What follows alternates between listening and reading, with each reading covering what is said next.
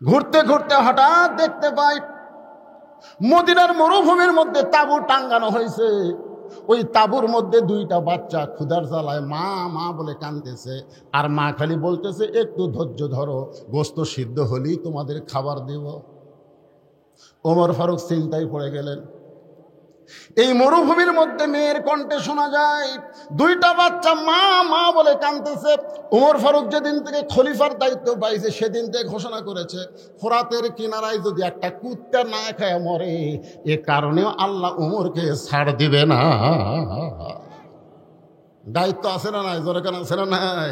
এখন আমরা অনেকে ইচ্ছা করে এরকম দায়িত্ব নিবার চাই। ভাই রে, দায়িত্ব খালি নিতে হবে না, দায়িত্ব পালন করা লাগবে। জোরে কোন ঠিক কিনা? ওমর ফারুক তাঁবুর কাছে গিয়ে বললেন, মা তুমি কেমন মা? দুম্বার গোস্ত সিদ্ধ করলে বড়দের 8 ঘন্টা লাগতে পারে, উটের গোস্ত সিদ্ধ করলে বড়দের 1 ঘন্টা লাগতে পারে। এত গভীর রাত হয়ে গেছে, এখন পর্যন্ত তোমার গোস্ত সিদ্ধ হয় না, তোমার বাচ্চারা ক্ষুধার জ্বালায় কান্দে, তুমি কেন বাচ্চাদের খাবার দাও না? মেয়েটা বলে, পথিক আমার বাড়ি হলো ইয়ামিন দেশে। ওমর ফারুককে বলে, পথিক এই গভীর রাত্রে যখন তুমি এমন কথা বলতেছ, তাহলে শোনো, আমার বাড়ি হলো ইয়ামিন দেশে। আমি মদিনায় আইছি খলিফা উমরের কাছে। বিকেলবেলা আমার এতিম সন্তানকে উমরের কাছে যাব, কিন্তু এত মানুষের ভিড়, আমি উমরের কাছে যাবার পারি নাই। রাতের বেলা একটা তাঁবু টাঙ্গায়া আজকে রাতটা কোনো মতো পাড়ি দিয়ে সকালবেলা উমরের দরবারে যাবার চাই, কিন্তু আমার দুইটা সন্তান ক্ষুধার জ্বালায় খালি মা মা বলে কান্দে। আমি ওদের সান্ত্বনা দেওয়ার জন্য পাতিলের মধ্যে পানি আর পাথর দিয়া নিচে আগুন জ্বালায় বলতেছি, বাবা গোস্ত সিদ্ধ হলেই তোমাদের খাবার দেব।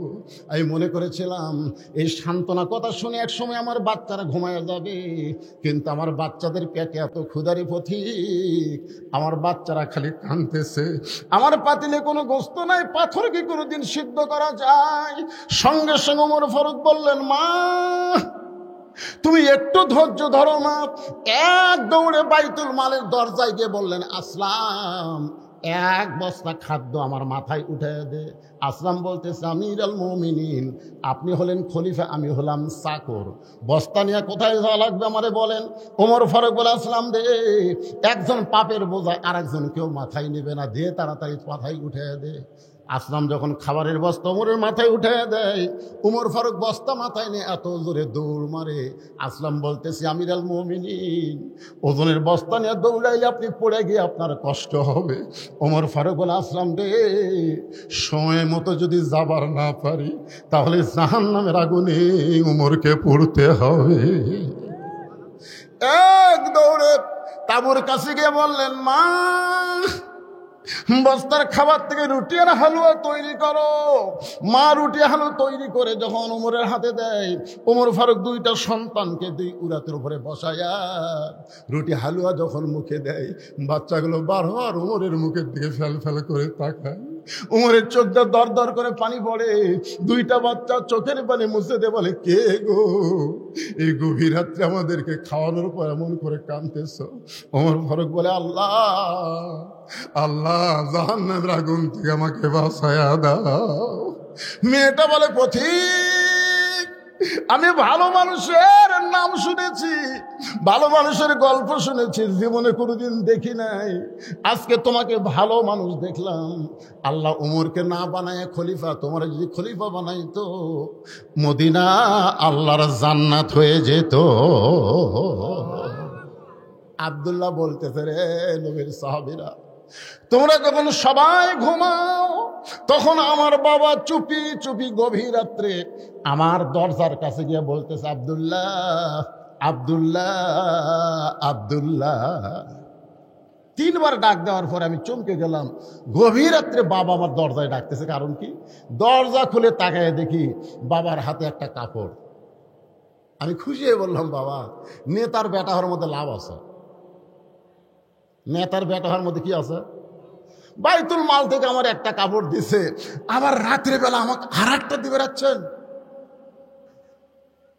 কি কর, নেতার বেটার একটা মোশন আছে না নাই? কথা কর না কেন? আগে সাইকেল চালাতো, এখন R15 চলায়, মোশন নাই। বাইতুল মাল থেকে আমার একটা কাপড় দিছে, আবার গভীর রাত্রে আমাকে আর একটা দিবার আইছেন। সঙ্গে সঙ্গে ওমর ফারুক আল্লাহর কোরআন থেকে তেলাওয়াত করলেন, ইন্নাল্লাহা ইয়ামুরুকুম আন তুআদ্দুল আমানাতি ইলা আহলিহা ওয়া ইযা হাকামতুম বাইনান নাস আন তাহকুমু বিল আদল। আল্লাহু আকবার কর না খের। আমি কার আয়াত করলাম? এই কার আয়াত? কোরআনের আয়াত। আল্লাহ কি বলতেছেন?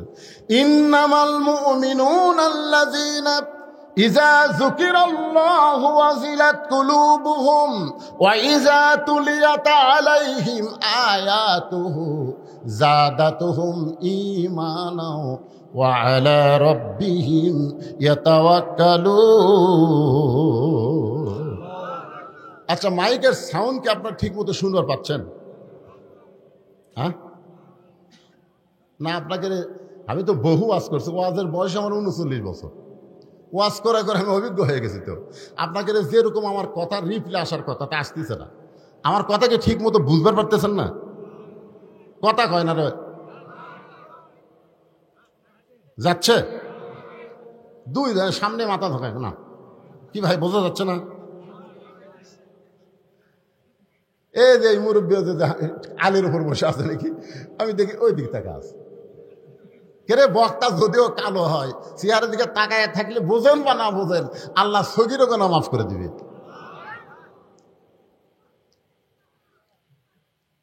কি গুরুত্বপূর্ণ কথা আয়াত করলাম। 6 বছর ধরে আম বাগানের চাষ করে জ্যৈষ্ঠী মাসে দেখবার গেছে আম পাকছে কিনা, যা দেখে গাছের ডালে বসে ছোট্ট একটা বাচ্চা আম পাড়তেছে আর ব্যাগের মধ্যে তুলতেছে। বাগানের মালিক কয়, কে রে, আমি খাইনি, পরিবারের কেউ খায়নি, আর তুই আমার গাছে ছোট আম পাড়তেছিস, তোর বাপক যা বিচার দে মোরে। ছেলে খালি মুসকে মুসকে হাসে। বাগানের মালিক বলে, হাসিস কেন? বলে, হাসার কারণ হলো আমার বাবা কোথায় খুঁজবার যাবে, আমার বাবাও আর এক গাছের চড়িছে।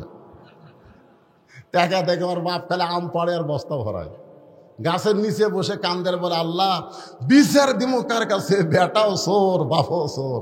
আজকে আমাদের বাংলাদেশের অবস্থা কি হয়ে গেছে, বিচার দিবের কার কাছে, সবাই চোর। জোরে কোন কথা ঠিক না? সব টাকা বিদেশে চলে যাচ্ছে, আর জিনিসপত্রের দাম দিন দিন যে হারে বাড়তিছে, কথা কলি ধরে এলে যাবি। জোরে কোন কথা ঠিক কিনা? বিচার দিমো কার কাছে ভাই, কান্দার কয়, তোর বিচার আল্লাহ করবি রে। আল্লাহ কয়, তারা তোর দুনিয়াত কি দুনি পাঠাতি রে, অন্যায়ের প্রতিবাদ করার জন্য পাঠানো হয়েছে।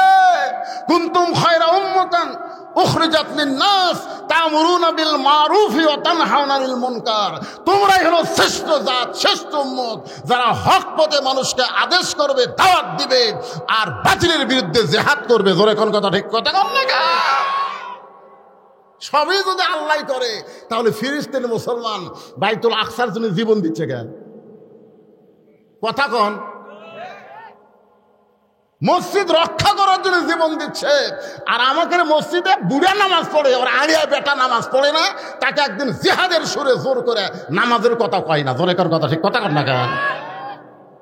ওরা মসজিদ রক্ষা করবি, ইহুদি যেন দখল না করে জীবন দিচ্ছে, আর বুড়া নামাজ পড়তেছে, আর আড়িয়া খালি ঘুরে বেড়ায়। আর এক নামাজের কথা বলার কথা কোরআনে আছে না নাই? জোরে কোন আছে না নাই? জিহাদের সুরে বলা লাগবে। এই কি না না না, বেটাকে এরকম বলা লাগবে কি, আমি বাপ নামাজ পড়ি, তুই নামাজ পড়িস না। ফজর নামাজ থেকে যদি নামাজ না ধরিস, আমার বাড়ির তোর জায়গা হবি না। আমি কষ্ট করে কামাই করি, থালি থালি খাস, আর আইয়ার মতন ঘুরে বেড়াস। আল্লাহ নবী বলেছেন, কথা দিয়ে যদি না হয়, ওর পাশার কাপড় খুলে চাবুক মারো। শালা নামাজ পড়িস না। করছেন কোনদিন? করছেন? যে ভারত আমাকে বাবরি মসজিদ ভাঙ্গা দিল, 400 বছরের পুরাতন মসজিদ ভাঙ্গা ওই জায়গাটা রাম মন্দির বানালো ভারত। আপনারা বলেন তো, ভারতে কি মসজিদ বানানোর মন্দির বানানোর জায়গা নাই? কতক্ষণ আছে না নাই? তাহলে বাবরি মসজিদ ভাঙ্গা ওই জায়গাতে মন্দির বানালো, তার মানে ভারত কি বুঝালো? ভারত আমাদের শত্রু না বন্ধু? জোরেগণ শত্রু না বন্ধু? তাহলে সেই ভারতের স্টার জলসা জি বাংলা আপনার বউ দেখে, আপনার করার কিছুই নাই। কথা না কেন, কথা না কেন? আপনি মুসলমানের বাচ্চা, আপনার ঘরে ভারতের চ্যানেল চলার কারণে হিন্দুকে পূজার মধ্যে হরি হরি লোলো বাসতেছে, আপনার করার কিছু নাই। খালি সরকারের বিরুদ্ধে যুদ্ধ করে না, বেটার বিরুদ্ধে, বইয়ের বিরুদ্ধে। আপনার একটা মেয়ে আছে 17 বছরের, হাইল পরে পরিমণির মতন ঘুরে বেড়ায়, আপনার করার কিছু নাই। কি করেন? আপনার মেয়েকে কোনোদিন বলেছেন যে মা, আল্লাহ নবী বললেন ফাতেমা তুমি নবীর মেয়ে হওয়ার কারণে আল্লাহ তোমাকে জান্নাত দেবে, এইটা কখনো মনে করো না মা। জান্নাতে যদি যাবার চাও তাহলে জান্নাতের আমল করে তোমাকে জান্নাতে যেতে হবে। ফাতেমা বলতেছে বাবা আমি মনে করেছিলাম আপনি আল্লাহর বিশ্ব নবী, আর আপনার মেয়ে হওয়ার কারণে আল্লাহ হয়তো আলাদা একটা কি আলাদা একটা সুযোগ দেখেন। নবীর মেয়ে বলতেছে আপনি বিশ্ব নবী আর আপনার মেয়ে, আল্লাহ আমাকে আলাদা একটা সুযোগ দিবি না? আল্লাহ রাসূল বলেন ফাতেমা জান্নাতে যদি যাবার চাও জান্নাতের আমল করে জান্নাতে যেতে হবে। ফাতেমা বললেন বাবা তাহলে জান্নাতের আমল কি? আল্লাহ রাসূল বললেন নামাজ, রোজা, বিয়ে হলে স্বামীর কথা মতো চলা, আর সতীত্বের হেফাজত, পর্দা করা। ফাতেমা নামাজ সবসময় পড়া লাগবে না, 24 ঘন্টায় 5 বার পড়লে হবে। রোজা সবসময় করা লাগবে না, সারা বছরে 1 মাস রোজা থাকলে হবে। স্বামীর খেদমত সবসময় করা লাগবে না, বিয়ে হওয়ার পরে স্বামীর খেদমত করা লাগবে। বিয়ের আগে কোনো খেদমত নাই, জোরে কোন কথা ঠিক কি না? আর হামাকের শালাশালিগুলো পার করতে বিয়ের আগে 14 ফেব্রুয়ারি পালন করে, জোরে কোন কথা ঠিক কি না? আর সতীত্বের হেফাজত, পর্দা, ফাতেমা এইটার কোনো সময় নাই, এটা সব সময় আমল করা লাগবে। ও ফাতেমা তুমি যদি পর্দা নিশি হতে পারো বাকি 3টা আমল আল্লাহ তোমার জন্য সহজ করে দিবে। তুমি যদি পর্দা নিশি হবার পরও বাকি 3টা আমল তোমার জন্য আল্লাহ সহজ করে দিবে। ফাতেমা বললেন বাবা তাহলে এই মুহূর্তে আমি পর্দার মধ্যে ঢুকে গেলাম। আপনি বলেন তো পর্দার মধ্যে যদি মোস্তাকের বউ থাকতো তাহলে বাংলাদেশের কোনো সাংবাদিক কেউ ধরতো? এই যে বুড়া মোস্তাক দিয়ে চেংড়ি বিয়ে করছে, কথা কর না কেন? একটা বুড়া মোস্তাক বিয়ে করেনি, চেংড়ি।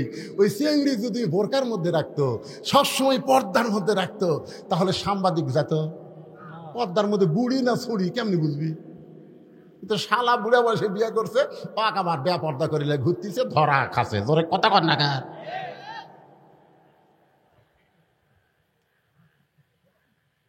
মেয়ে মানুষেরা পর্দার মধ্যে থাকতে হবে। হুকুমকার যখন হুকুমকার অকরনা ফি বুয়ুতিকুন্না ওয়ালা তাবাররাজনা তাবাররুজাল জাহিলিয়াতিল উলা। আব্দুল্লাহ বলতেছে রে নবীর সাহাবীরা, আমার বাবা রাগ করে বলতেছে আব্দুল্লাহ একটা কাপড় বাইতুল মাল থেকে পাইছিস, আর একটা কাপড় আমি তোমাকে দিবারাইছি, এই বিশ্বাস তোমার কেমনে হইল? আব্দুল্লাহ বলে বাবা তাহলে গভীর রাত্রে এই কাপড় নিয়ে ডানানোর কারণ কি? ওমর ফারুক বলে বেটা রে এই কাপড় আমার ভাগে পড়ছে বাবা, এই কাপড় পরে আমি যদি আগামীকাল খুতবা দিই, এত ছোট কাপড় পরে খুতবা কেমনে দেব? এই গভীর রাত্রে তোর কাছে আইছি বাজান, আমি দুনিয়ার কারো কাছে যাবার পারবো না, তোর কাছে বলতেছি তোর কাপড়টা একটু আমাকে দান করে দে বাবা।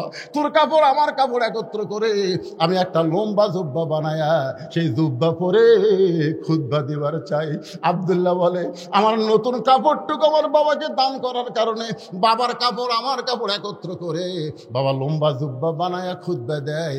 এখন বলো খুতবা শোনা যায় কি না যায়?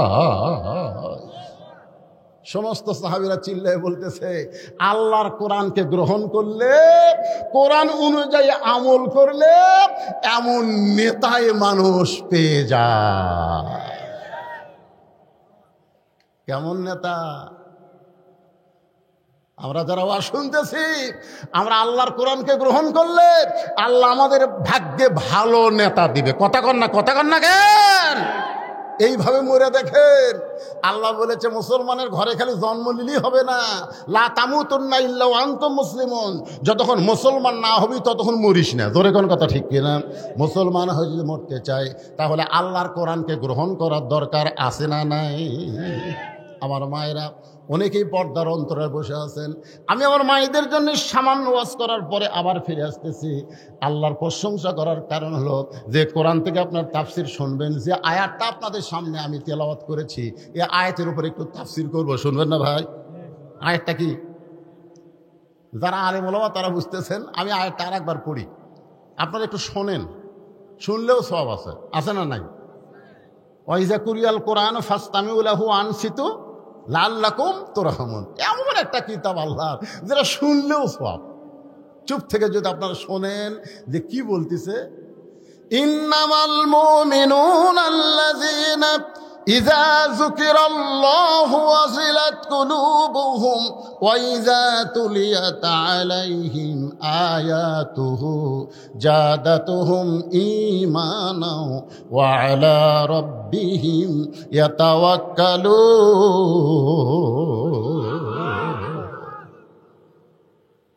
এমনভাবে ফাতেমা পর্দার মধ্যে ঢুকে গেল, এমনভাবে।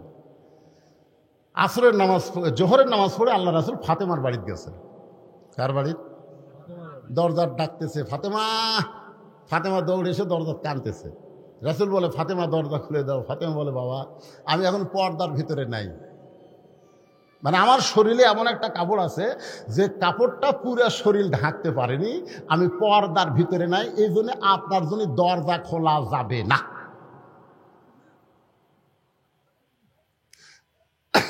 আল্লাহ রাসূল চলে গেলেন। আসরের নামাজের পরে নবীর মন আর সহ্য করতেছে না, নবী আবার ফিরে আসলেন। এসে বললেন, ফাতেমা একটু দরজা খোলো। ফাতেমা বলতেছে, বাবা আপনার কি ধৈর্য নাই? আমার পরনে এমন একটা কাপড় আছে যে উপর দিকে ঢাক পারে গেলে নিচের দিকে বার হয়, নিচে ঢাকলে উপর ঠিক মতো ঢাকে না। এইরকম অবস্থায় বাবার জন্যও দরজা খুলতে আমি শরম পাই। সঙ্গে সঙ্গে আল্লাহর নবী এক টানে গায়ের চাদর খুলে বললেন, ফাতেমা জানলার কাছে আয়। ফাতেমা যখন জানলার কাছে, নবী চাদরটা দিয়ে বললেন, মা এই চাদরটা দিয়ে তোর শরীর ঢাইকা তোর বাবার জন্য দরজা খুলে দে।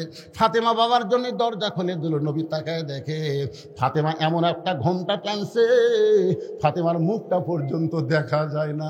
রাসূল বললেন, ফাতেমা কয়েকজন ব্যক্তির কাছে পর্দা করা লাগবে না, তার মধ্যে একটা হলো তোমার বাবা। এইভাবে মুখ ঢেকে আসো, তোমার মুখটাও যে আমি দেখতে পাই না। ফাতেমা বলতেছে, বাবা আমার মুখটা দেখলে আপনার বড় কষ্ট হবে, বাবা আপনি আমার মুখটা দেখেন না। রাসূল বলে, মা তোর মুখটা না দেখলে শান্তি পাইনি, একটু দেখতে চাই। সঙ্গে সঙ্গে ফাতেমা যখন ঘোমটা একটু টান দেয়, রাসূল তাকায় দেখে ফাতেমার চোখের নিচে কালিমা পড়ে গেছে। আল্লাহ নবী বলে, ফাতেমা তোর চোখের তলে মনে হয় তুই সুরমা দিয়েছিস মা। ফাতেমা বলে, বাবা এমন একটা গরিব আলীর সঙ্গে আমার বিয়ে দিছেন, ঠিক মতো সংসার চালাবার পারে না, আজ কয়েকদিন হলে আমার খাবার নাই, আমার পরের ঠিক মতো কাপড় নাই, আপনার চাদর পরে আপনার জন্য দরজা খুলতে হয়।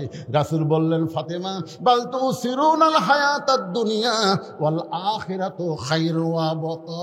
এই তুচ্ছ দুনিয়ার মোহে পাগল হইও না, তুমি এইভাবে কষ্ট করে স্বামীর সংসার করো পর্দার ভিতরে, আল্লাহ তোমার জন্য আখিরাত সুন্দর করে সাজায়া দিবে। 33 বার সুবহানাল্লাহ, 33 বার আলহামদুলিল্লাহ, 34 বার আল্লাহু আকবার আমল করো।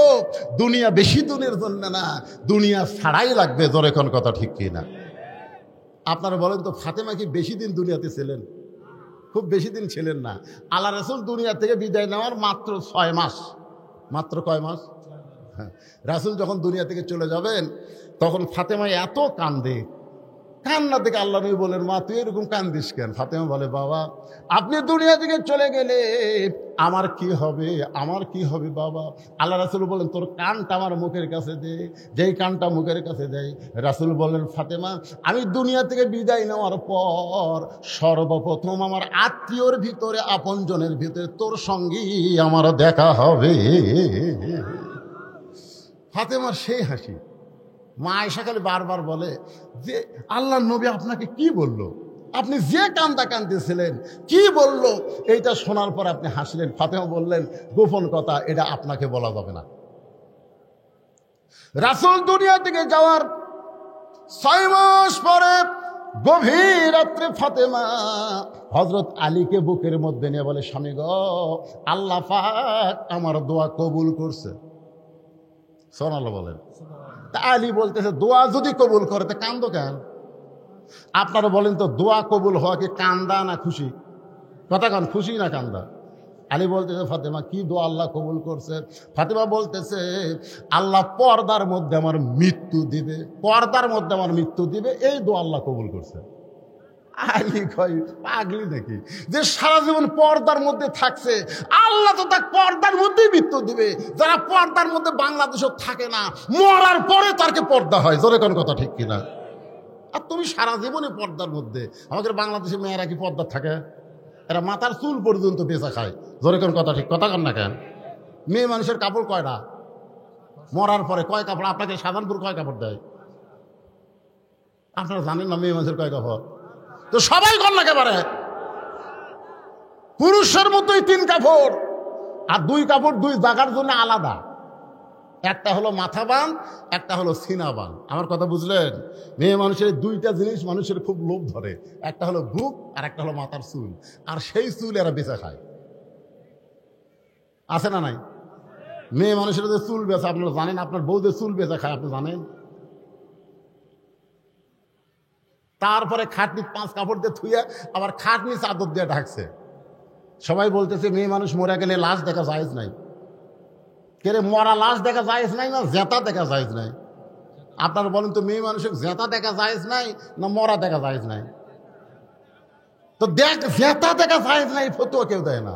5 কাপড় দেওয়ার পরে আবার খাটনি ঢাকা তো চাদর দিয়ে ফেরেশতা এসে ঘুরতেছে আর বলতেছে আল্লাহ এই মেয়ে যখন বাঁচাইছিল সাধারণপুর মধ্যপাড়ার সবাই অক্সিনে ওই ভোটর ডালা ছিল। আল্লাহ ভোটর ডালা ধরে কার ডালা ছিল?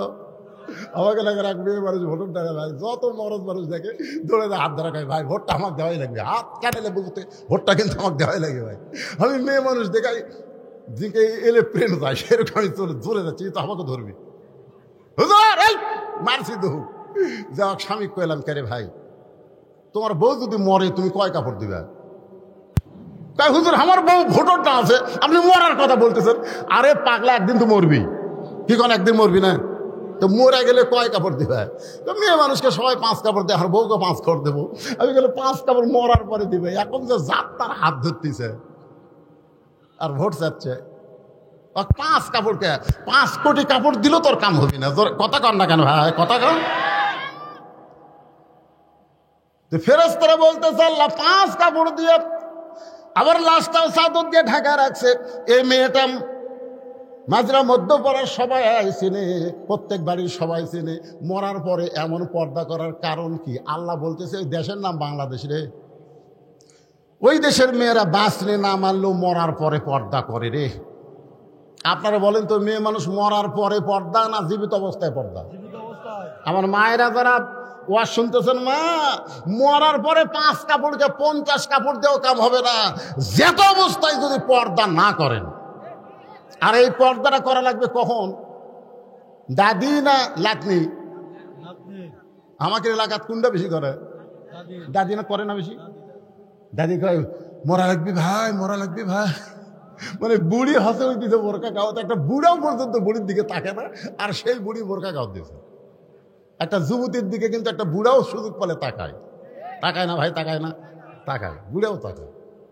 কারণ যুবতী সবার চোখতেই পড়ে। 50 বছর আমের গাছের গোড়ার বেড়া দিচ্ছে। কে ভাই বেড়া কেন দিচ্ছেন? গরু ছাগল যদি খায় ভাই সতর্ক থাকা ভালো। আপনারা বলেন তো 50 বছর আমের গাছের দিকে গরু ছাগল ঘৃণা করে তাকাবি, আর সেরাত মারতেছে বেড়া। সবাই বলতে বেড়া যদি দিবার চাই লক লকা পাতা বাড়াছে ওর গাছ গাও বেড়াতে যা। আমি বলতেছি বুড়ি দাদি নানির জন্য বোরকা পরা লাগবে না, যুবতীর জন্য বোরকা পরা লাগবে। জোরে কোন কথা ঠিক না? আজকে আমার মায়ের একটু মনোযোগ দিয়ে শুনবেন। আলী বলে ফাতেমা আল্লাহ তোমার দোয়া কবুল করেছে, তাহলে কান্দার কারণ কি? ফাতেমা বলে স্বামী গো কান্দার কারণ হলো আজকে গভীর রাত্রে ফাতেমার মৃত্যু হবে। যেই কইছে গভীর রাত্রে ফাতেমার মৃত্যু হবে, গাছের গোড়া কাটলে গাছটা যেমন ঠাস করে পড়ে যায়, হযরত আলী তেমনি পড়ে গেলেন ঘরের মাজায়। মা ফাতেমা মুচকি মুচকি হাসতেছে, স্বামীর এরকম পড়া দেখে বউটা মুচকি মুচকি হাসতেছে। আপনারা বলেন তো গভীর রাত্রে কে মারা যাবে, আলী না ফাতেমা?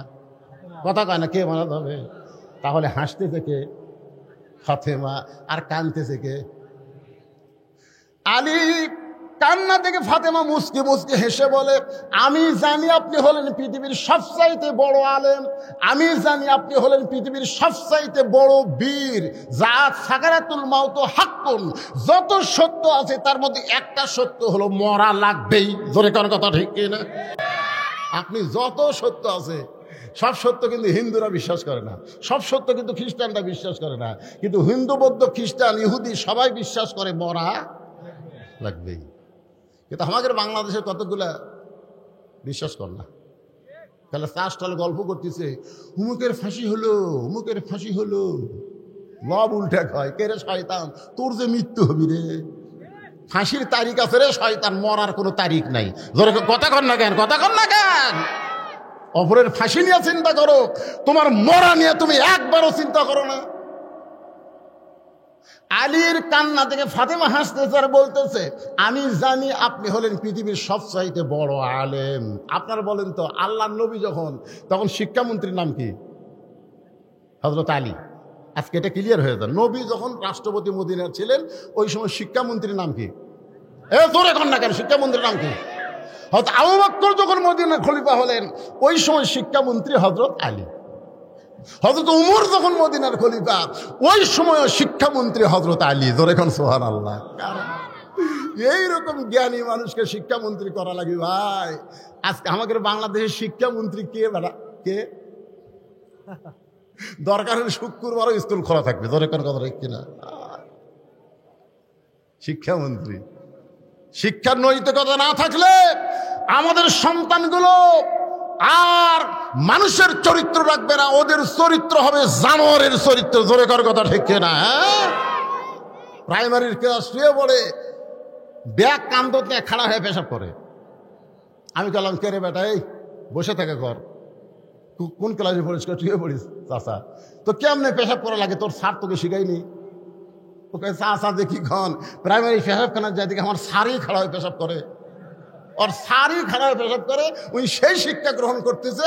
আর সেই শিক্ষার শিক্ষামন্ত্রী আজকে আমাদের বাংলাদেশের সন্তানগুলো ভবিষ্যতে কি হবে চিন্তা করার দরকার আছে না নাই? জোরে কোন আছে না নাই? শিক্ষামন্ত্রী হযরত আলী। আল্লাহ রাসূল বলেন, আনা মাদিনাতুল ইলমি ওয়া আলী বাবুহা, আমি হচ্ছে ইলমের শহর, আলী হচ্ছে তার দরওয়াজা। আপনি এত বড় জ্ঞানী হয়ে, এত বড় বীর হয়ে মরার খবর শুনে আপনি এমন করে কাঁদতেছেন কেন? কারণ আসলে যাইতে হবে। এ কথাটা সবাই বিশ্বাস করে সুন্দর করে সুরে সুরে বলেন, যাওয়া কিন্তু লাগবে। তাহলে সবাই বলেন আসলে। আল্লাহ, কারা কারা বলতেছেন আল্লাহ? আচ্ছা, এই কথা কি মিথ্যা না সত্যি? তাহলে একটু জোরে কর না কেন? আপনার কান্দের ফেরেশতারা ওরা কি মনের খবর জানে তাই? আপনি জোরে বললি তোরা লিখবে আসলে কবে। আচ্ছা, যাওয়ার যে বিষয়ে যাওয়ার তারিখ নাই, তাহলে আমাদের যে সাইজ বর্তমানে এই সাইজে যদি আমরা মরি ভাই, আপনি বলেন তো কোনো বেনামাজি যদি মরে যায়, ওই কবরত যাওয়ার পরে প্রথম প্রশ্ন কি হবে? আপনারা এগুলো জানেন না? বেনামাজি মরিছে, মুনকির নাকি যা বলতেছে, মান রব্বুকা, তোর রবকে? না না, বেনামাজি। বেনামাজি যা পিটন খাবি ভাই।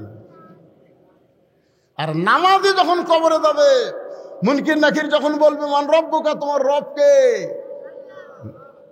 ওই যাক প্রশ্ন করতেছে আল্লাহ, তার চোখে ঘুম দিয়ে দিবি, ওই ঘুমের থেকে চেতনি পাবি না। মুনকির নাকির প্রশ্ন করতেছে মান রব্বুকা, তোমার রবকে, এমন সময় নামাজ খাড়া হয়ে বলবে, এই মুনকির নাকির, এই দুনিয়ার কষ্টের জীবন শেষ করে কবরে তো আরামের ঘুম পাড়তেছে, কিসের প্রশ্ন রে? তো কই ভাই আপনি কে? এটা আরামে লাশ সাহেব ঘুম পাড়তেছে, আপনি কে ভাই? আমি ওর নামাজ। নামাজ মান রব্বুকা প্রশ্ন করতেছিস, এই সারা জীবন কয় ওয়াক্ত নামাজ পড়ছে হিসাব দে। মুরগি নাকির কয় আমার কাছে তো ক্যালকুলেটর নাই। তো ক্যালকুলেটর নাই তো মান রব্বুকা প্রশ্ন করিস? যতবার মসজিদের মধ্যে ঢুকছে নামাজের নিয়ত করে এই লোকটা বলছে আলহামদুলিল্লাহি রব্বিল আলামিন। যখনই রুকুত গেছে সকলে বলছে সুবহান রাব্বিয়াল আযীম, সেজদা দিয়ে বলছে সুবহান রাব্বিয়াল আলা। তো দুনিয়াতে এতবার রব রব করে কবরত কেবল ঘুমাইছে, আর আবার রব মুনকির নাকির কয় আল্লাহ তোমার বান্দাকে মান রব্বুকে প্রশ্ন করার পরে নামাজ যে গর্ব আছে, আল্লাহকে যে নামাজ যে কবরে আইছে তার সব উত্তর হয়ে গেছে। জোরে কর সুবহানাল্লাহ, জোরে কর সুবহানাল্লাহ। আর যারা বেনামাজে মরতেছেন, কি মন খারাপ করতেছেন? মসজিদের উন্নয়ন মানে খালি মসজিদ, হায় রে কি করে ফেলা দিতে রে,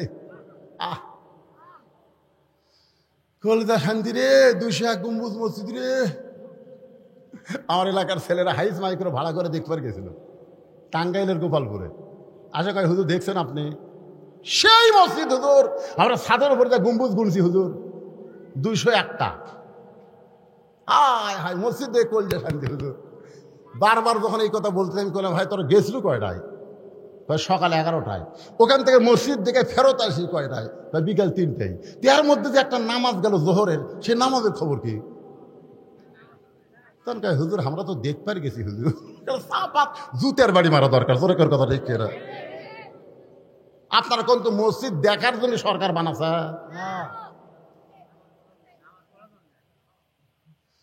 তাহলে মসজিদের উন্নয়ন মানে মসজিদকে সুন্দর করে সাইজ করা না, মসজিদের উন্নয়ন হলো মুসল্লি কালেকশন। ধরে কোন কথা ঠিক না? আজকে বাংলাদেশের বক্তারা মুসল্লি কালেকশন না করে খালি মসজিদে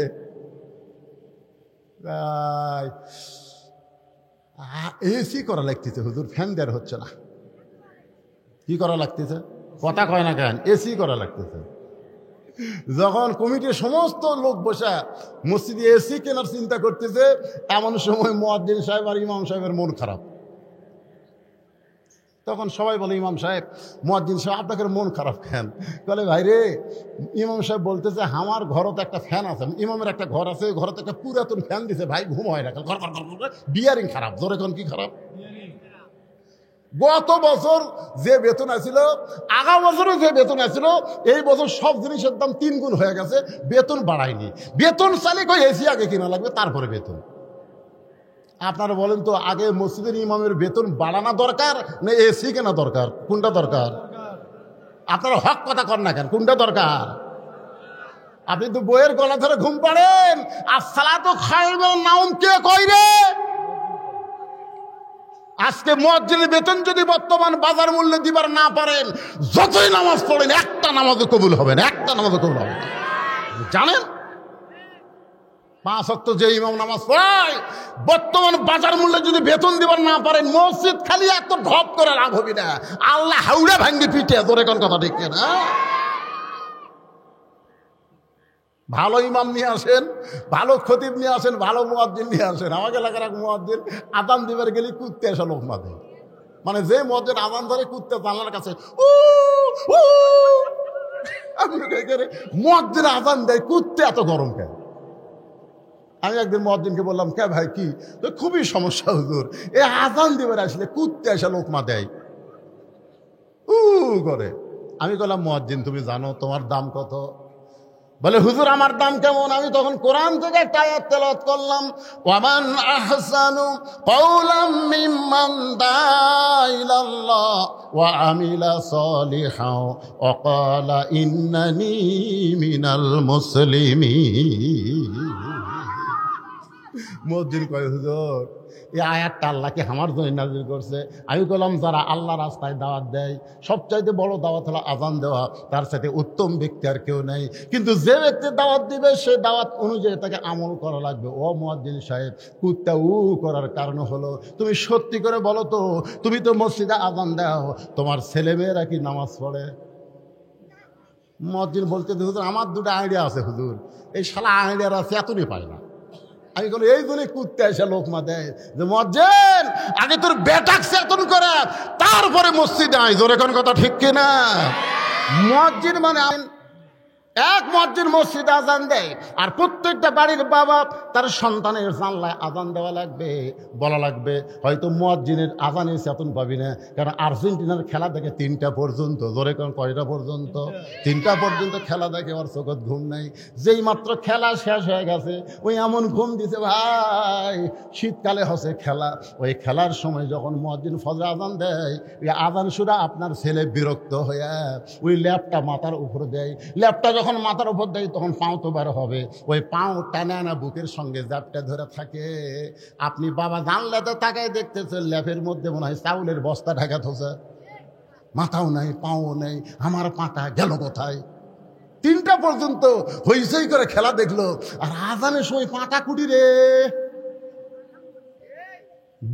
বিলাই যেমন ইন্দুর ধরে, বাপটা চুপ চুপ করে পাঁঠার কাছে গেছে, যাইয়া যেই ল্যাপ টান দিছে ভাই,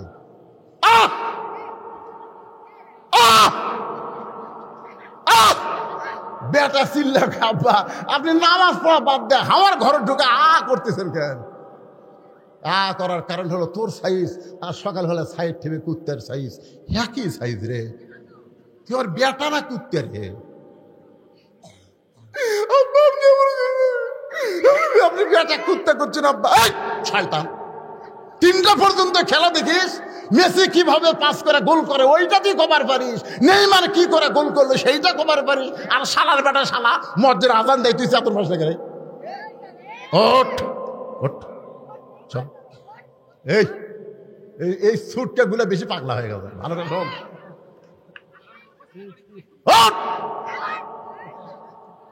গোসল করবো না উজু করবো, কোনটা করবো কর, কারণ এখন দুটাই বলে করবে। তো এখন অজু করে মসজিদে নিয়ে গেছে, বাবা সুন্নত পড়ে বেটা সুন্নত পড়ে কাতা রেখে যায় আমার কাছে খাড়া হ। বাপ বেটা কাতার বদ্ধ হয়ে নামাজ পড়ছে। ফেরেশতা কয় আল্লাহ, বাপ বেটা একসঙ্গে নামাজ পড়লো খবর কি?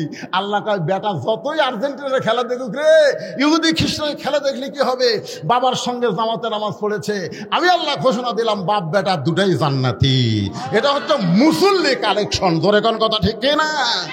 তাহলে বুড়া চুড়া ভাঙ্গা চুড়ালে হবে না, লাতি লুত তুলিয়া দাদা আসা লাগবে। জোরে কোন ঠিক? একটু মনোযোগ দিয়ে শুনবেন।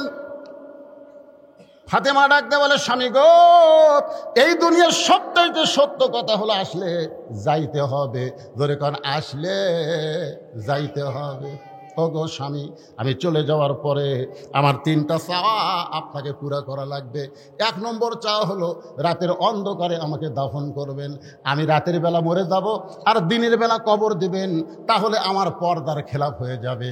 রাতের অন্ধকারেই আমাকে দাফন করবেন। আমার 2 নম্বর চাওয়া হলো আমার কোনো জানাজার ব্যবস্থা আপনি করবেন না। আমার 3 নম্বর চাওয়া হলো আমার লাশটা কিন্তু খাটনিতে তুলবেন না, আপনি কান্দে করে নিয়ে ওই জান্নাতুল বাকির পূর্ব কোনায় সবুজ রঙের একটা বাতি জ্বলবে, ওই বাতি বরাবর আমাকে দাফন করবেন। হযরত আলী গভীর রাত্রে ফাতেমাকে দাফন করার পরে আল্লাহর কাছে কাঁদতেছে আর বলতেছে, আল্লাহ পর্দানিশী ফাতেমাকে তুমি কবুল করে নাও। দোয়া করার পরে তাকায় দেখে সামনে কয়েকটা পুরাতন কবর দেখা যায়। এই মাত্র ফাতেমার কবর দিছে, সেই নতুন কবর আর নাই। গোটা জান্নাতুল বাগে হযরত আলী দৌড়ায় বলে, এখনই কবর দিলাম ফাতেমার, সেই কবরটা গেল কোন জায়গায়? আল্লাহর বলে, আলী রে, ফাতেমা হলো পর্দানিশী। আমি আল্লাহ জোহরা ডিগ্রি দিয়া ফাতেমার কবরটাকে কিয়ামত পর্যন্ত পর্দা করে দিয়েছি। আমার মায়েদের জন্য আমার ওয়াজ শেষ। মায়েরা আপনারা যখন বেদার হন না, আপনাকে 1 নম্বর ওয়াজ হলো পর্দা। ধরে বলেন নাম কি? মায়েরা যদি পর্দার মধ্যে থাকে, ওই পর্দার মধ্যে মায়েরা কোনোদিনও বলবি না আমি সিজার কর্ম, আমি সিজার কর্ম, এটা কোনোদিনও করি না। আজকাল বর্তমানে সিজার যারা করতেছে অধিকাংশ মেয়ের সিজার করতেছে মরদ ডাক্তার। কথা কর না, কেন কথা কর পারেন না আপনারা? একটা পর্দানিশী মা গিয়ে বলবে, মোরে আদামুরে নর্মালে বাচ্চা নেব, সিজার করবো না। এই যে সামনে গুলো বসে আছে, বুঝলেন? এত পেঁচাল পাঠতেছে কি জন্যে? না না, সবগুলা লয় আছে সিজার, বুঝলেন আপনি? দেখবেন বড় ডাক্তার, যত বড় বড় ডাক্তার বাংলাদেশে আছে, তাদের বাচ্চা কোনোদিন সিজার করে বইয়ের হয় না।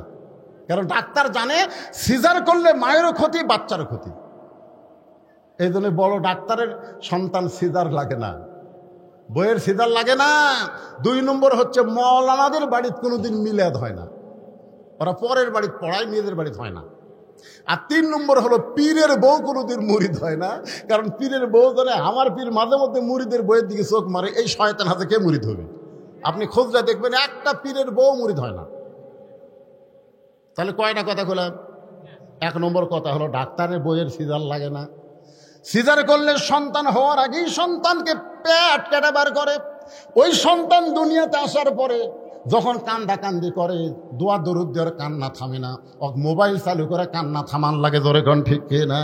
ওই খাবার বসে খায় না, মোবাইল চালু করে দিলে তারপরে খায়। এরা হলো সিজার করা, জোরে কোন কি করা? এই সিজার করবে না পর্দানিশী মা।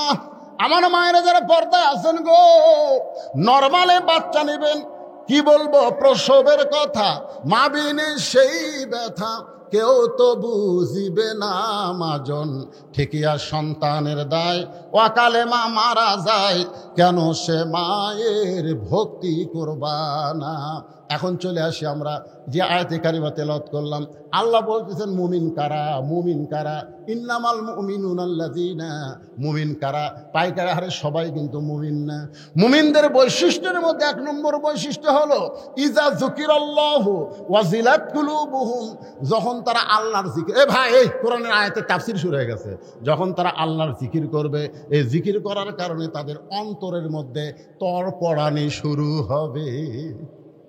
বর্তমানে জিকির করলে শরীর কাঁপে না অন্তর কাঁপে? আপনাকে এলাকার জাকের বাটি নাই? এখানে আল্লাহ কি বলতেছেন? ওয়াজিলাত কুলুবুহুম, এমন একটা জিকির আল্লাহর কোরআন, যেই জিকিরে অন্তরের মধ্যে প্রশান্তি হয়, অন্তরের মধ্যে তড়পড়ানি হয়। আর এখন বাংলাদেশের জাকির পাটি জিকির করতেছে, আমার দয়াল বাবার দরবারেতে কেউ ফিরে না খালি হাতে, মারতেছে না, মনে হয় ইয়া টানতেছে। আয় হায়, আবার 2-1টা পীর সাহেবের এলাকা ইয়া দেখলাম জিকির করতে করতে মুড়ি দৌড়ে যায়, পীর পাড়ে ফেলে দেয়, খালি ন্যাঙ্গটি পড়া না থাকলে পীর ন্যাংটা হয়ে যাচ্ছে, তোর এখন কথা ঠিক কিনা? হায় হায়। আবার 2-1টা দিকে জিকিরের ঠেলাত ভাইরে এরকম খুঁটি বয়ে বয়ে সামিয়ানার উপর চলে যাচ্ছে। আয় হায়, আল্লাহ বলতেছেন ইজা যুকিরাল্লাহু ওয়াজিলাত কুলুবুহুম, কোরআন এমন একটা জিকির, যেই জিকিরের কারণে তোমার অন্তরে প্রশান্তি তড়পড়ানো শুরু হবে। তুমি নিয়ত করবে এই দুনিয়াতে যদি চলি বলি একমাত্র কোরআন অনুযায়ী চলবো, দরকার হয় কোরআনের আইন, কোরআনের দল করতে গেলে মরণ হয়ে গেলে মরে যাব, তারপরেও আল্লাহর কোরআন ছাড়বো। আজকে সেই নিয়ত আছে। আল্লাহ রাসূল বলেছেন মান সাআলাল্লাহু তাআলা, এই হাদিসটা ভালো করে শোনেন, মান সাআলাল্লাহু তাআলা আশ-শাহাদাতা বিসিদকিন বাল্লাগাহুল্লাহু মানাজিলাশ শুহাদা ওয়া মাতা আলা ফিরাশিহি, রাওয়াহুল বুখারী কিতাবুল মাগাজি। এই কোরআনের দল কোরআনের আন্দোলন করে আর নিয়ত করে বাংলাদেশে কোনো একদিন কোরআনের আইন দিয়ে চলবে, এই নিয়তে ইসলামী আন্দোলন করে।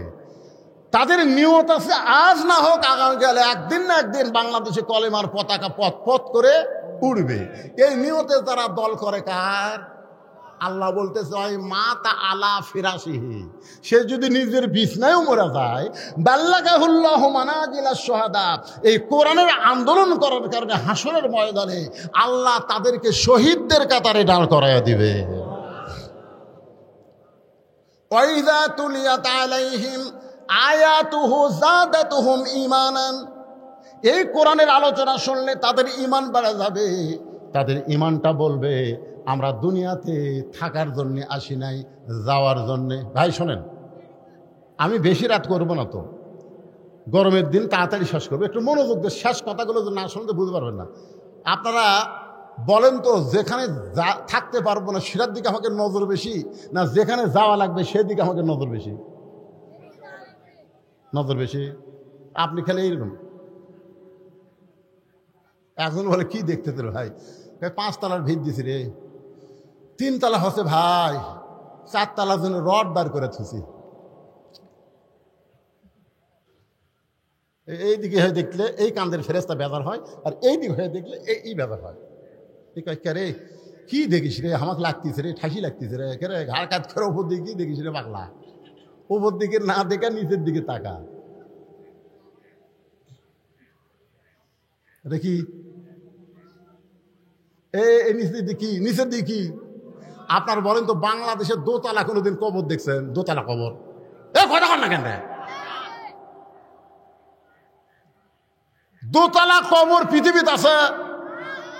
আমি শ্রেষ্ঠ দুইটা গোরস্থানে বারবার গেছি, একটা হলো জান্নাতুল বাকি, একটা জান্নাতুল মাওয়া, যেখানে প্রতিদিন মানুষ মারা যাচ্ছে, দাফন হচ্ছে, তারপরেও দোতলা তিনতলা চারতলা করেনি। তাহলে যেখানে যাওয়ার পরে 50,000 বছর কমপক্ষে থাকা লাগবে, সেটাই একতলা রে, তাও নিচতলা। আর আমরা নিচতলা গ্যারেজ করছি, নিচতলা গ্যারেজ। তুই কোন তলার থাকিস? 5 তলাত, 1.5 লাখ টাকার খাট, 12,000 টাকার কম্বল, পৌষ মাসে ওড়ে তামানে দিয়ে কয় আমার বাড়ি আমার ঘর, আমাকে নামাইকে। কান্দের ফেরেস্তা বলতেছে, আল্লাহ বলা লাগবে আল্লাহুম্মা বিইসমিকা আমুতু ওয়া আহইয়া। আমুতু আহইয়া না কই কি করলো, আমার বাড়ি ঘর আমাকে নামাইকে। আল্লাহ কিছু ঠিক আছে থাক। রাত 3টার সময় একটা ভূমিকম্প, ধরে কোন কি কম্প, 40 সেকেন্ডের ভাইরে, 40 সেকেন্ড, খালি 2বার বিল্ডিং খালি কাঁপা উঠছে। ওই এত ফোর্সে নামছে, আর ল্যাপের মধ্যে লুঙ্গি খুলে আছে, ওটা ওই পরারই টাইম পায়নি, ওই ন্যাংটা হয়ে নামছে। ধরে কোন কি হয়ে নামছে? তো ফেরেশতারা বলতেছে, আল্লাহ নামাইলা তাই বলে ন্যাংটা করে নামালা। আল্লাহ কয়, জনগণ যখন নামাবার পারবি না, আমার নামান হলো ন্যাংটা করে। জোরে কোন কথা, ঠিক কথা কন না কেন? আপনারা কি বলতেছেন? উঠছে দেখে আল্লাহর নামাবি না, কথা কন না কেন? নামাবি না তো ইজ্জুমান তাসা অত জিল্লুমান তাসা। তুমি সিঁড়ি বয়ে আনা উঠতে পারো না, লিফটে উঠো। তুমি 20 তলার যাওয়ার 40 তলার যাও, তোমাকে নামতে হবে। জোরে কোন কথা, ঠিক না? তুমি 3 তলা বানাও আর 4 তলা বানাও আর 7 তলা বানাও, তোমাকে কবরে যাওয়া লাগবেই। জোরে কোন কথা, ঠিক না? এই সত্য কথা বিশ্বাস আমরা করতে পারি না। যদি ওই কথা বিশ্বাস করি যে আসলে যাইতে হবে, যে কোনো সময় যাওয়া লাগবে, তাহলে আমাদের চাল চরিত্র ওই কাফের বেঈমানদের মতো হতো না, আমাদের চাল চরিত্র হলো মুসলমানের মতো। জোরে কোন কথা, ঠিক না? যাদাতুহুম ঈমানা ওয়া আলা রাব্বিহিম ইয়াতাওয়াক্কালুন। সর্ব অবস্থায় আমরা একমাত্র ভরসা করব কার উপর? বৃষ্টি হলেই যে ঝড় হবে, তাই বৃষ্টি হলে ঝড় হবে? আপনারা বলেন তো, এর আগে কোনোদিন বৈশাখ মাসে বৃষ্টির জন্য এত দোয়া হসা? কথা কন না কেন ভাই? আমি তো আমার 39 বছরে ওয়াজের বয়সে দেখিনি যে বৃষ্টির জন্য প্রত্যেক জেলায় জেলায় নামাজ। তারপরে যখন বৃষ্টি হচ্ছিল না, তখন আমাকে বিয়োজন করছিল, হুজুর আপনার গ্রুপ দিয়ে আর কাম হবি না হুজুর। আমরা তখন আর শরমে মানুষ কিছুই কর পারি না, গুনগুন করে আমি আরবি দিয়ে বৃষ্টির দোয়া করি। শোনেন, এই যে নামাজ হচ্ছে, দোয়া হচ্ছে দেখে একবার বৈশাখ মাসে যে বৃষ্টিটা হলো আপনাকে এলাকার, আপনারা বলেন তো বৃষ্টি হচ্ছে না ঝড় হচ্ছে? কথা কর না কেন? কোনো ঝড় আছে? এরা দোয়া কবুলের লক্ষণ রে পাগলারা। এর আগে বৈশাখ মাসে ম্যাক করলে আগে বাতাস হবি, ঝড় হবি, আম ফালাবি, আমের ডাল ভাঙবি, তারপরে পাথর হবি, তারপরে বৃষ্টি হবি। জোরে কথা কন না কেন? এ বছর কোনো ঝড় আছে? বৈশাখ মাসের কয়দিন আছে? আমি মনে করেন সেদিন মহাস্থানে যে কামটা হলো, বুঝলেন, ওই বৈশাখের শেষ বৃহস্পতিবার আমি সেই রাত্রে ওয়াজ করি, আল্লাহ আজকে রাত তো মহাস্থানে সেই কাম হচ্ছে, আমি সিরাজগঞ্জে ওয়াজ করতেছি। আল্লাহ দেখ, আল্লাহ তুমি গজব দেখ না আল্লাহ। হাই হাই শুনলাম কয়েক মন বলে গাঁজা খাসি রে। সুলতান বলকি মহীশূর পরশুরামের বিরুদ্ধে যুদ্ধ করে আল্লাহর দিন প্রতিষ্ঠা করলো, আর মহীশূরের পাটাগুলা যায় এখন কি করতেছে? গাঁজা খায়, গাঁজা খায়। আল্লাহ তারপর আমাদেরকে ঝড় দেয়নি, আমাদেরকে কোনো গজব দেয়নি। আজকে শুকরিয়া তান আল্লাহর ঘর মসজিদে আপনাদের কাছে রুমাল যাবে, ব্যাগ যাবে। শুকরিয়া তান যে কোনো বিপদ আপদ মুসিবত আল্লাহ দেয় না। সাদকাতু তারুদ্দুল বালা, দান সাদকা করলে আল্লাহ বালা মুসিবতকে দূর করে দেয়। এই জন্য আপনাদের কাছে রুমাল এবং ব্যাগ যাবে। মন খুশি করে যার যা ইচ্ছা আল্লাহর ঘরে আপনারা দান করবেন। রাজি আছেন? আপনাদের কাছে ব্যাগ গেলে, রুমাল গেলে কারা কারা একটা টাকাও দিবেন না? আছে কেন? সবাই দিবেন? মাশাআল্লাহ। তাহলে এই ব্যাগ পার্টিরা তোমরা ভিতরে যাও, আর এখানে 1000, 2000, 5000, 10,000 কেউ যতক্ষণ ব্যাগ আদায় করতে সময় লাগবে ঠিক ওই সময় পর্যন্ত আমি টেবিল আদায় করব। আর আপনারা যারা উঠবেন না 10 টাকা, 20 টাকা, 50, 100 দিবেন, আপনার কাছে ব্যাগ যাবে ইনশাল্লাহ আপনারা দিয়ে দিবেন আল্লাহর রাস্তায়। ব্যাগ আলার ভাইদেরকে বলতেছি আর দেরি করো না, ভিতরে নেমে যাও। আর আপনাদের মধ্যে কেউ যদি থাকে মসজিদ কমিটির সভাপতি, সেক্রেটারি, কেশিয়ার সদস্য, তারা যদি কয় না হুজুর আমরা ব্যাগের মধ্যে আসলে তারকে দান ব্যাগের মধ্যে মানাবেও না, আমি তাদেরকে তেজের উপরে ডাকতেছি, বেশি বিরক্ত করা যাবে না। কারণ দীর্ঘ সময়, এখন বাজতেছে 12টা 10, আমি উঠছি 10টা-10:15, এখন বাজতেছে 12টা 10। দীর্ঘ সময় আলোচনা করার পর, আদায়ের পরে আমার বাকি কথাটা বলে আপনাদের নিয়ে আমি আল্লাহর কাছে মোনাজাত করতে চাই। ভাইজান, ও মুরব্বী ওঠেন না বাবা, এই যে এখন ওঠে খেলে, বসেন বসেন। তাবারকা আছে? মাশাআল্লাহ, আপনাদের জন্য তাবারকেরও ব্যবস্থা আছে। মাশাআল্লাহ, হ্যাঁ তাবারকের ব্যবস্থা আছে। ব্যাগ পাঠিয়ে নামে না কেন? এই কামটা তো তাড়াতাড়ি করা লাগবে। নামছে? হ্যাঁ, কিসের ব্যাগ লিছে এটা রে? আচ্ছা আচ্ছা, ঠিক আছে, লাও, দেন দেন, সবাই দেন।